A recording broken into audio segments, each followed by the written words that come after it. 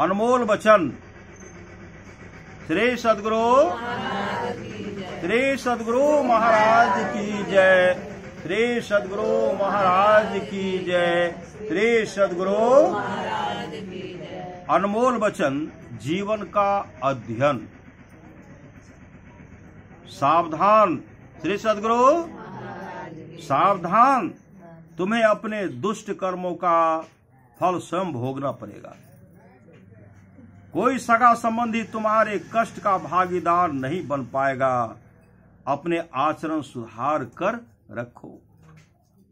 तुम अकेले संसार में आए हो और अकेले जाओगे। अपना कल्याण आप करो, साथ कोई और कुछ नहीं जाएगा। पाप और अपराध मत करो। पाप और अपराध के फल से यमदूतों की मार से और देश की सरकार की सजा से तुम्हें अपना कोई भी संबंधी नहीं बचा पाएगा। गुरु की सतत तुम पर दृष्टि है, तुम घबराओ नहीं।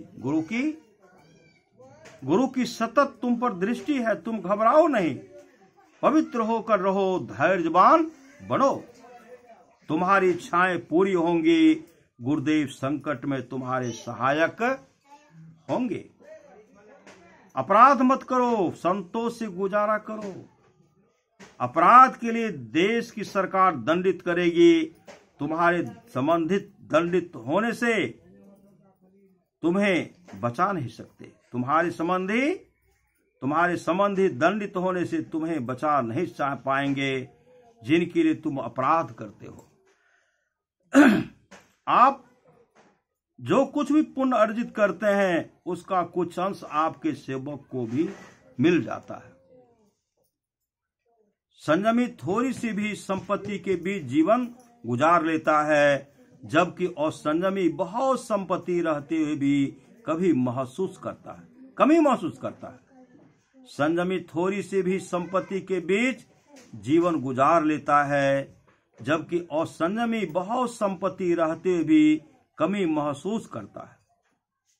किसी से ऐश्वर्य में आगे बढ़कर अपने हृदय की ईर्ष्या अग्नि को बुझाने में तुम्हें बहुत कष्ट उठाना पड़ेगा। ईर्ष्या अग्नि बुझाने का सरल उपाय यह है कि तुम ऐश्वर्यवानों की प्रशंसा करो, उनको सम्मान दो। सबसे आदर पाने की इच्छा बड़ा भारी रोग है। इस इच्छा की पूर्ति पूर्णतः नहीं हो सकती और इसमें परेशानी भी बहुत उठानी पड़ती है। हमें सोच समझकर कोई प्रतिज्ञा करनी चाहिए, क्योंकि बहुत सी प्रतिज्ञाओं का पालन बाहरी परिस्थितियों पर निर्भर करता है और सभी बाहरी परिस्थितियों पर हमारा अधिकार नहीं होता। यदि अपनी संपत्ति किसी ने हड़प ली हो और उसके लिए हमारा मन सतत खिन्न रहता है, उसे अपने अधिकार में लाने के लिए कानून का सहारा अवश्य लेना चाहिए। हम कागज की नाव में बैठकर संसार सागर में विचरण कर रहे हैं। हमारा शरीर ही कागज की नाव है। दूसरे के घर में रहने वाले को चाहिए कि वह घर वाले के अनुकूल व्यवहार करे। दूसरे घर में रहने वाले को चाहिए कि वह घर वाले के अनुकूल व्यवहार करे। जो सन्यासी होकर गृहस्थ बन जाता है, वह आरूढ़ च्युत ऊपर चढ़कर नीचे गिर जाने वाला है। उसकी प्रशंसा नहीं होती। यदि तुम समर्पित भाव से परमात्मा की भक्ति करते हो, तो परमात्मा तुम्हारे अनेक अपराध क्षमा कर दे सकते हैं, जैसे माता पिता अपने लाडले पुत्र के अपराध क्षमा कर देते हैं। यदि गुरु आज्ञा में बरतने पर कोई अपकर्म बन जाए, तो उस अपकर्म का फल गुरु स्वयं भोग लेते हैं। यदि तुम्हारा प्रिय पात्र तुम्हारा अपमान कर रहा है, तो इसमें ईश्वर की कृपा समझो, क्योंकि प्रिय पात्र तुम्हारा अपमानित किए जाने पर, क्योंकि प्रिय पात्र द्वारा अपमानित किए जाने पर उसके प्रति तुम्हारी आसक्ति मिट जाएगी और आसक्ति के मिटने पर तुम परमात्मा के सम्मुख हो जाओगे। परमात्मा कहता है कि तुम कोई उद्योग करो, मैं उचित पारिश्रमिक अवश्य दूंगा।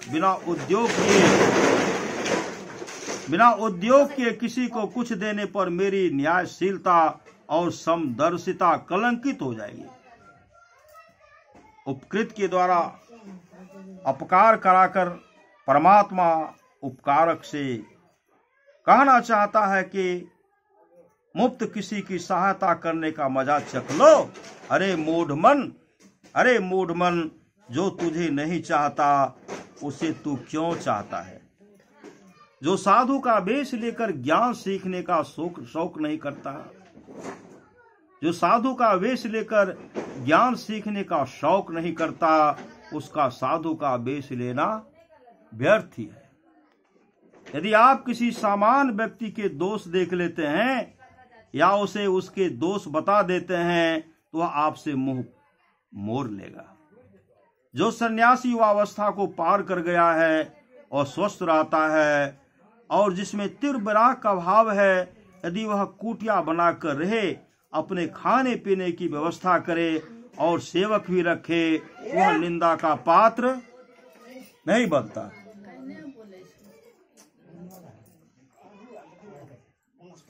किसी से न ठगाओ और न किसी को न ठगो, क्योंकि दूसरे से ठगे जाने पर तुम्हें ग्लानि होगी और दूसरे को ठगने पर पाप। आपके पास जो दूसरे की निंदा करता है वह दूसरे के निकट आपकी भी निंदा कर सकता है। श्री सद्गुरु महाराज की जय।